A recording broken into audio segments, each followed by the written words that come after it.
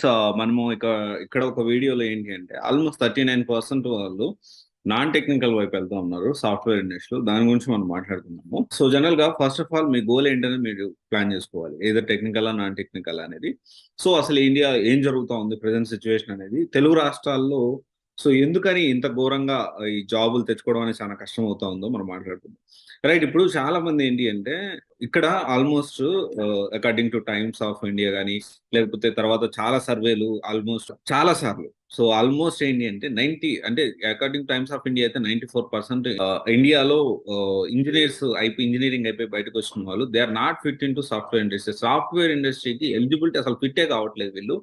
కనీసం నాలెడ్జ్ కూడా లేదు వీళ్ళకి అని చెప్పి అన్నారు. And at the same time వేరే చాలా మంది ప్రముఖులు మైక్రోసాఫ్ట్ సీఈఓ సత్యనాదెల్ల గారు కూడా ఆల్మోస్ట్ 98% స్క్రాప్ వస్తుంది అన్నట్లు అన్నారు. అండ్ అంటే సాఫ్ట్‌వేర్ ఇండస్ట్రీకి 2% మాత్రం ఎలిజిబిలిటీ ఉంటుంది. సో, మిగతా వాళ్ళందరూ ఎలిజిబిలిటీ లేదు. మినిమమ్ నాలెడ్జ్ కూడా లేదు. గ్రాస్ప్ చేసుకునే నాలెడ్జ్ కూడా ఉండటం లేదని చెప్పి అని అంటా ఉంటారు. అయితే ఇక్కడ అసలు ఎక్కడ జరుగుతుంది ఏంటి అనేది మనం ఇక్కడ మాట్లాడుకుందాము. అండ్ ఇంకో విషయం వచ్చి 39% వరకు అంటే ఎవ్రీ ఇయర్ 15,00,000 మంది బయటకొస్తా ఉన్నారు. On an average. 39% వాళ్ళు నాన్ టెక్నికల్ వైపు వెళ్తా ఉన్నారు. నాన్ టెక్నికల్ వైపు అంటే 39% వరకు కాల్ సెంటర్‌లోనే పనిచేస్తా ఉన్నారు. సో, ఇది చాలా బాధాకరమైన విషయం. ఎందుకు కాల్ సెంటర్‌లో పనిచేస్తే తప్పేముంది సార్? బానే ఉంటుంది గదా! ఫ్యూచర్ అనేది. దాంట్లో మీరు తప్పని ఎందుకు అంటున్నారు నాకు అర్థం కావట్లేదు. అంటే జనరల్‌గా ఏంటి అంటే ఒకసారి బీటెక్ ఇంజినీరింగ్ అయిపోయిన తర్వాత ఫస్ట్ ఆఫ్ ఆల్ చాలా మందికి తెలిసి తెలియక టెక్నికలా, నాన్ టెక్నికల్ అర్థం గాక నాన్ టెక్నికల్ వైపు ఎక్కువ వెళ్తా ఉంటారు. నాన్ టెక్నికల్ అంటే ఏంటి?